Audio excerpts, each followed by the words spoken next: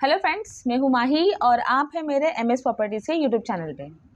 तो फ्रेंड्स, जैसे कि मैंने आपको लास्ट सेशन में कहा था कि कस्टमर्स का फॉलोअप कैसे लेना है, और आज के सेशन में मैं आपको बताऊंगी कि कस्टमर्स का फॉलोअप क्यों लेते हैं।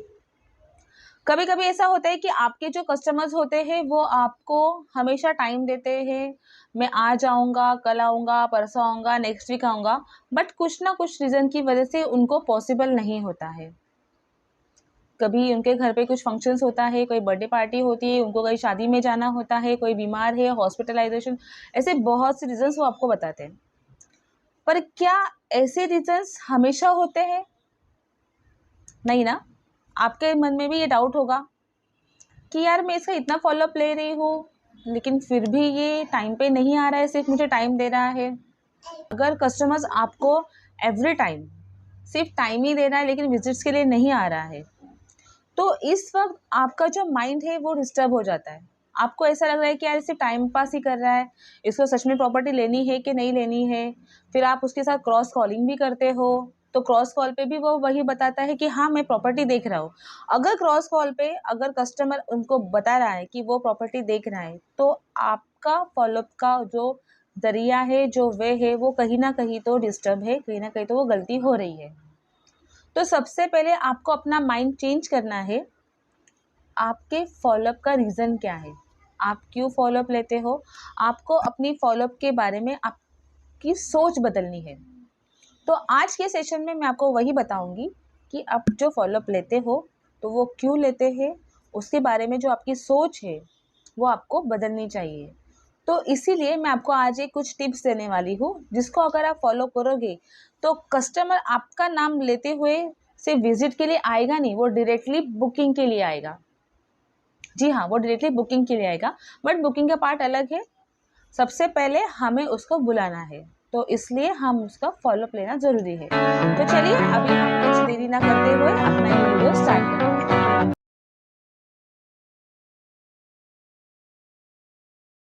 तो फ्रेंड्स, जैसे कि आप कस्टमर्स का फॉलोअप लेते हो, कस्टमर्स आपको टाइम दे रहा है बट वो आता नहीं है, तो इन बिटवीन हमें क्या करना चाहिए? और हाँ, सबसे पहले मैं आपको ये बात बता दूँ कि रियल एस्टेट मार्केट इतना बड़ा मार्केट है कि जहाँ पे एक कस्टमर का नंबर हर एक प्रोजेक्ट पे होता ही है। तो आप ये समझ लो कि आपका फॉलोअप इतना स्ट्रांग होना चाहिए, इतना मजबूत होना चाहिए कि कस्टमर सिर्फ आपका ही नाम लेके आपसे मिलने के लिए आए और आपके विजिट के लिए आए। आपके ही कलीग्स होते हैं, आपके ही ट्रू कॉलर्स फ्रेंड्स होते हैं कि जिनके पास भी आपके ही फ्रेंड, आपके ही कस्टमर का नंबर होता है, बट आपको उनके साथ ऐसी बॉन्डिंग बनानी है कि वो सिर्फ आपके ही पास आए, कॉलिंग पे भी वो आपका ही नाम बताए। अगर उसको सपोज एक ही प्रोजेक्ट से अगर 2 लोगों के कॉल्स जा रहे, तो उन्होंने सामने से होके कहना चाहिए कि नहीं, मेरी बात ये कस्टमर से, ये टेलीकॉलर्स है, उनके साथ हो रही है। तो ऐसी बॉन्डिंग के लिए हमें क्या करना चाहिए? तो सबसे पहला पॉइंट है रिलेशनशिप मेंटेन। आपको अपने कस्टमर के साथ एक रिलेशनशिप बनानी है, एक बॉन्डिंग बनानी है, मोटिवेशंस मैसेज भी भेजने हैं जिससे वो मोटिवेट हो जाए। और आपके जो मैसेजेस ऐसे होने चाहिए कि जिसमें आपका नाम भी मेंशन हो। उसके बाद आपको एवरीडे उसे पूछना है, हाय हेलो सर कैसे है, क्या है, मीन्स उसके जो रूटीन लाइफ है उसमें क्या क्या हो रहा है उसके बारे में भी आपको उसे पूछना है। जैसे कि सर आपने खाना खाया, बिकॉज अभी खाना खाने का वक्त है, आपका खाना हो गया है सर, आप कैसे हो, क्या हो। अगर आप ऐसे कुछ सवाल उससे पूछोगे तो वो आपके साथ एक कॉन्फिडेंट आ जाएगा उसे आपके साथ बात करने के लिए, और वो तुरंत ही कंफर्टेबल भी हो जाएगा। वो सामने से आपके बारे में भी पूछेगा। मेरा सेकेंड टिप्स ये है फियर रिमूविंग। जैसे कि कस्टमर्स के अंदर बहुत से क्वेश्चंस होते हैं प्रोजेक्ट को लेके और आपको लेके भी। आप उनके फियर्स को, मतलब कि आप उनके जो नीड्स है, जो रिक्वायरमेंट्स है, वो आप कब तक सेटिस्फाइड करते हो। जैसे कि कोई कस्टमर्स के बहुत सारे क्वेश्चंस होंगे, वो आपसे पूछेगा, लेकिन अगर आपको उससे आंसर्स नहीं आते हैं, आपको गूगल चेक करना है, आपको अपने सीनियर से अपने प्रोजेक्ट की इंफॉर्मेशन लेनी है। तो इन बिटवीन आपको क्या करना है, आपको कस्टमर्स के अंदर जो डर है उसको रिमूव करना है, उसको पहले बाहर निकलना है। तब कस्टमर आपके साथ कंफर्टेबल हो जाएगा। मेरा थर्ड पॉइंट ये आता है कॉन्फिडेंस। आपको कस्टमर के अंदर कॉन्फिडेंस लेवल बढ़ाना है आपसे बात करने के लिए। जब कस्टमर आपके साथ बात करेगा तो वो कॉन्फिडेंटली आपसे कुछ सवाल पूछेगा। अगर उसके सवालों के जवाब उसको सही लग रहे हैं तो आपके साथ वो बहुत अच्छे से कंफर्टेबल हो जाएगा और आपसे मिलने के लिए वो भागा दौड़ाएगा। देखिए, कोई भी कस्टमर हो जिसको हम अपना प्रोजेक्ट, अपना प्रोडक्ट बताते हैं तो उसके पीछे वो पॉजिटिव और निगेटिव दोनों पॉइंट्स निकालता है।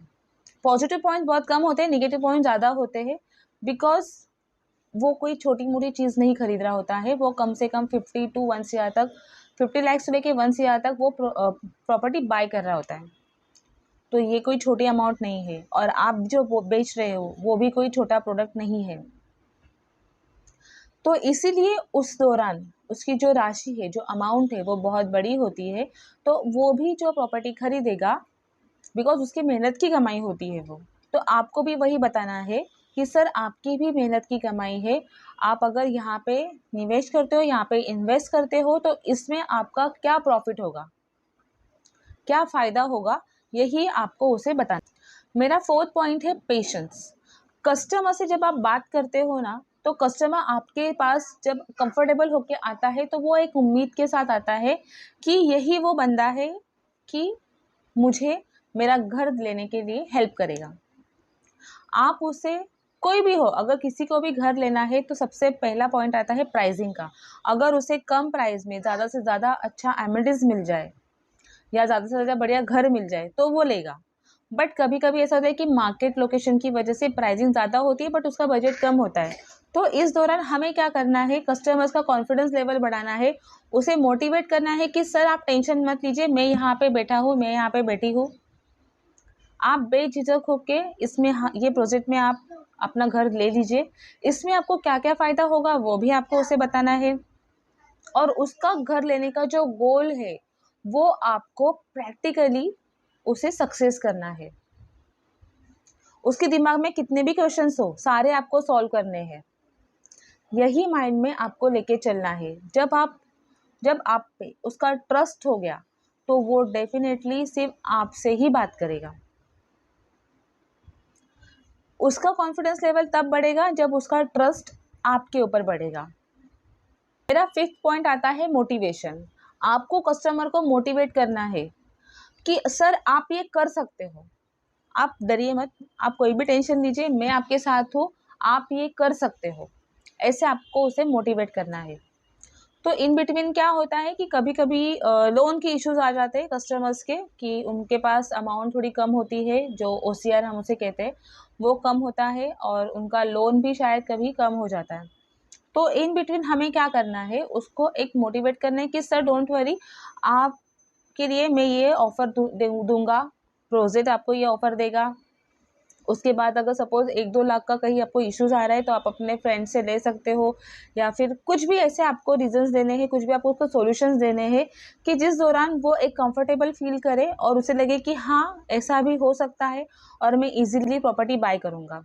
क्योंकि उसका जो गोल है वो बाय करने का, उसको आपको वहाँ तक लेके जाना है। इन बिटवीन उसको जो भी प्रॉब्लम्स आएँगे, जो भी कोई क्वेरीज़ आएगी, वो आपको सॉल्व करनी है। तो वो प्रोजेक्ट के लिए लेके हो या फिर लोन के लिए लेके हो। लोन का पार्ट तो वो क्लोजिंग के ऊपर आएगा, जब वो टेबल पे आएगा वो टाइम पे बात अलग है, बट इन बिटवीन आपको उसे फ़ोन पे भी यही पूछना है। वो फ़ोन पे या मैसेज पे आपको सारी डिटेल्स बता देगा। इतना वो आपसे कंफर्टेबल हो जाएगा।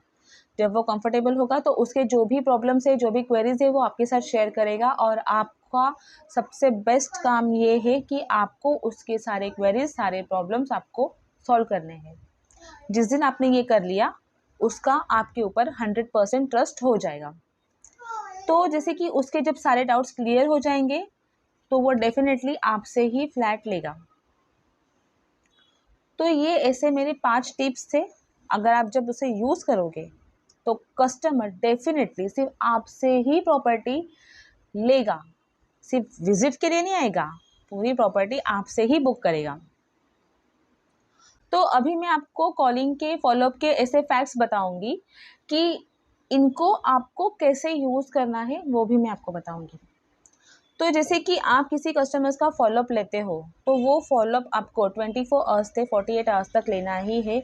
बिकॉज़ अगर आपने उनको रिमाइंडर नहीं किया, तो जो सामने वाले कस्टमर्स होते हैं साइंटिफिकली वो आपको भूल जाएंगे।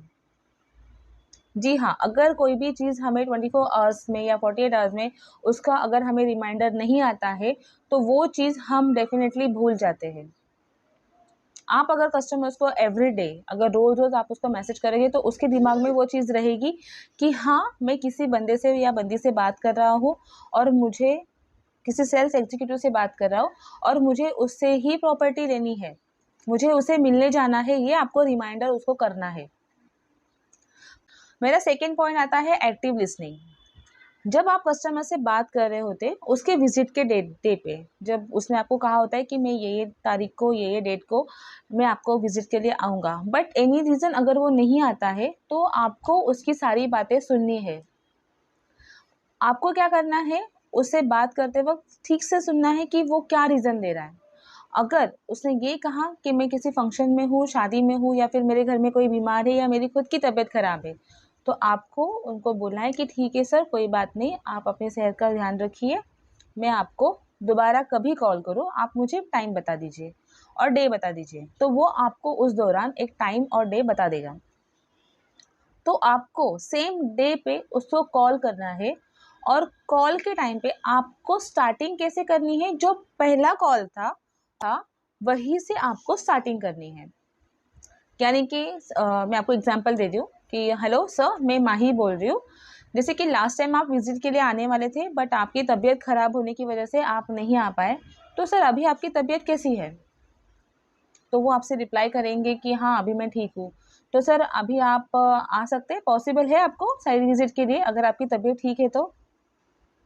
तो फिर आपको वो हाँ ही बोलेगा, क्योंकि उसे भी लग रहा है कि आप उनकी जानकारी ले रहे हैं, उनके अपडेट्स ले रहे हैं। तबीयत ख़राब है या फिर कुछ भी रीज़न है, आप उनको पूछ रहे हैं, तो उनको भी लगेगा कि यार ये मेरी फ्रेंडली है, बहुत अच्छे से मुझसे बात कर रहा है। अगर कस्टमर से आप ज़्यादा फ्रेंडली होके बात करोगे, तो वो भी आपके साथ उतना ही फ्रेंडली होके बात करेगा और वो आपको साइट विज़िट के लिए एक टाइम बता देगा।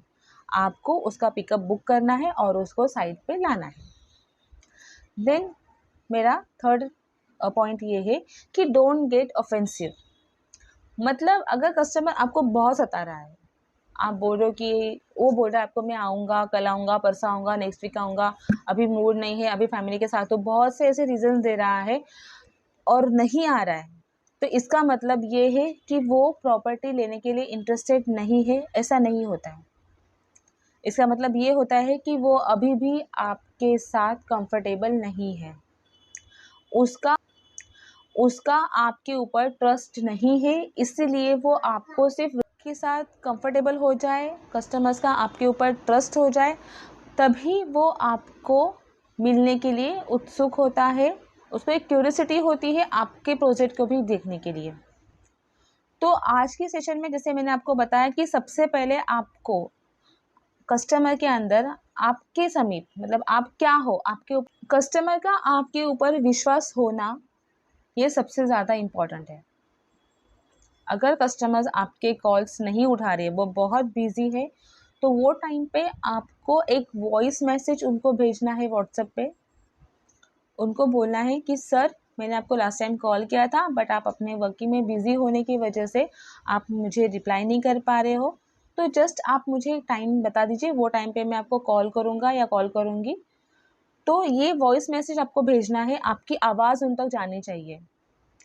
तो ये है कॉलिंग करने का तरीका, इन बिटवीन फॉलोअप का तरीका। तो इन बिटवीन कस्टमर आपको सामने से होके 110% कॉल करेगा ही। आपको आज मैंने जो टिप्स दिए हैं, जब वो टिप्स आप अच्छे से फॉलोअप करेंगे, अच्छे से यूज़ करेंगे, तो आपका जो फॉलोअप करने का जो नज़रिया है वो 110% चेंज हो जाएगा और फिर आपको कस्टमर से बात करने के वक्त आपका जो कॉन्फिडेंस लेवल है वो खुद बढ़ जाएगा। अगर आपके भी कुछ ऐसे डाउट्स है आपके कस्टमर्स को लेके, आपके कस्टमर्स के कुछ रीजंस है कि आप वो मिलने नहीं आ रहे हैं, आपके प्रोजेक्ट के लिए विजिट्स नहीं कर रहे, तो ऐसे जो कोई क्वेश्चन है आप मुझे कमेंट सेक्शन में बता सकते हैं, मैं आपको उनके ऊपर सॉल्यूशन दूंगी। और सेकेंडली, अगर आप मेरे चैनल पे नए हो तो प्लीज़ मेरे चैनल को लाइक कीजिए, शेयर कीजिए और सब्सक्राइब कीजिए। ऐसे ही टिप्स मैं आपको दूंगी। सो अगर कुछ डाउट है तो don't worry, just follow me. Thank you.